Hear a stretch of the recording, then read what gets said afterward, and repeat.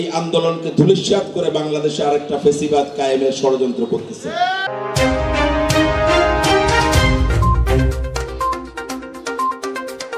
অপরূপ TV online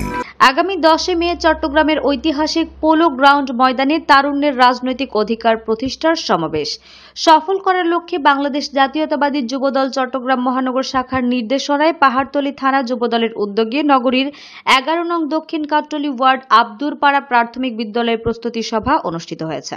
এতে প্রধান অতিথি হিসেবে উপস্থিত ছিলেন চট্টগ্রাম মহানগর যুবদল সাবেক সভাপতি মোশাররফ হোসেন দীপ্তি, সিনিয়র সহ-সভাপতি ইকবাল হোসেন, সহ-সভাপতি নূর আহমদ গুড্ডু, সহ-সভাপতি ফজলুল হক সুমন,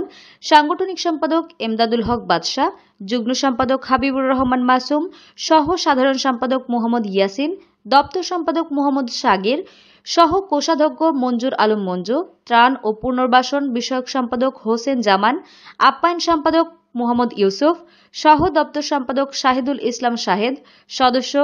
আফসারুদ্দৌলা অপু, পাহাড়তলী থানা আহ্বায়ক কুতুবউদ্দিন কুতুব, সদস্য সচিব মোহাম্মদ শওকত খান রাজু, যুগ্ম আহ্বায়ক শফিকুর রহমান শফিক, যুগ্ম আহ্বায়ক দেলোয়ার হোসেন ফরহাদ, যুগ্ম আহ্বায়ক নয়ন ইসলাম নয়ন, 12 নং ওয়ার্ড যুবদল নেতা সাইফুল আলম, মোহাম্মদ মুজাহিদ, সিনিয়র যুগ্ম আহ্বায়ক রাসেল খান, থানা সদস্য আবু সালেক, ওয়ার্ড যুগ্ম আহ্বায়ক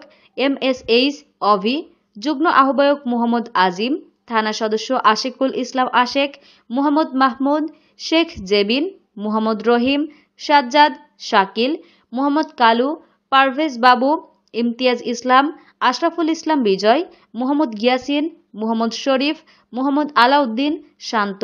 ঈশা, মাহমুদ, বজল, হাকিম, রাসেল, জামাল, পিয়ার আহমেদ, মান্নান, মিল্লাত, আরিফ, সোহেল, সুশান্ত, রুবেল সহ আরো অনেকেই এই আন্দোলনকে ধূলিসাৎ করে বাংলাদেশে আরেকটা ফেসিবাদ কায়েমের ষড়যন্ত্র করতেছে। কখনো বলে ডিসেম্বরের মধ্যে নির্বাচন হবে, আবার 2 দিন পরে বলে স্থানীয় নির্বাচন আগে হবে, আবার কতক্ষণ বলে যে সংস্কার পূর্ণাঙ্গ হলে, আওয়ামী লীগের পূর্ণাঙ্গ বিচার হলে, খুনিদের বিচার হলে তারপরে নির্বাচন, এইভাবে অর্থাৎ তারা যে কোনো উপায়ে নির্বাচনকে প্রলম্বিত করার একটা ষড়যন্ত্রে মেতে উঠেছে। আমরা এই ফ্যাসিবাদের বিরুদ্ধে লড়াই করতে গিয়ে গত 15 বছর 17 বছর আমাদের যে অধিকারগুলো বঞ্চিত হয়েছিলাম, তার মধ্যে অন্যতম অধিকার হচ্ছে 17 বছর আমরা আমাদের ভোটাধিকার প্রয়োগ করতে পারি নাই, আমরা আমাদের নাগরিক অধিকারগুলো প্রয়োগ করতে পারি নাই। আমাদেরকে রোহিঙ্গাদের মতো 3য় শ্রেণীর নাগরিক হিসেবে বাংলাদেশে জীবনযাপন করতে হয়েছে। আমাদের জন্য সরকারি চাকরির কোনো নিয়ম বাংলাদেশে কোনোখানে ছিল না। 17 বছর আমরা আন্দোলন সংগ্রাম করেছি, বিশেষ করে 15 বছর 7 মাস বাংলাদেশের মানুষের কোনো ভোটাধিকার ছিল না।